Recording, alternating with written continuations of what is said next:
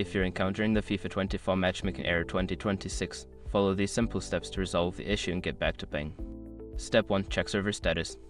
Visit the official FIFA or EA Sports website to check if there are any ongoing server issues.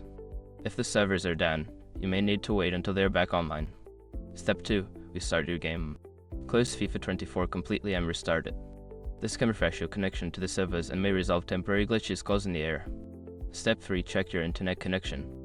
Ensure that your internet connection is stable. You can do this by running a speed test or trying to connect to other online services to confirm that your connection is working properly. Step 4. Clear cache. If you're playing on a console, clear the cache by turning off the console, unplugging it for a few minutes, and then restarting it. For PC users, you can clear the cache through the game settings or by restarting the client. Step 5. Update the game. Make sure that FIFA 24 is updated to the latest version. Check for any available updates on your console or through the game launcher on your PC, as updates often fix bugs and errors. By following these steps, you should be able to resolve the matchmaking error and enjoy your game.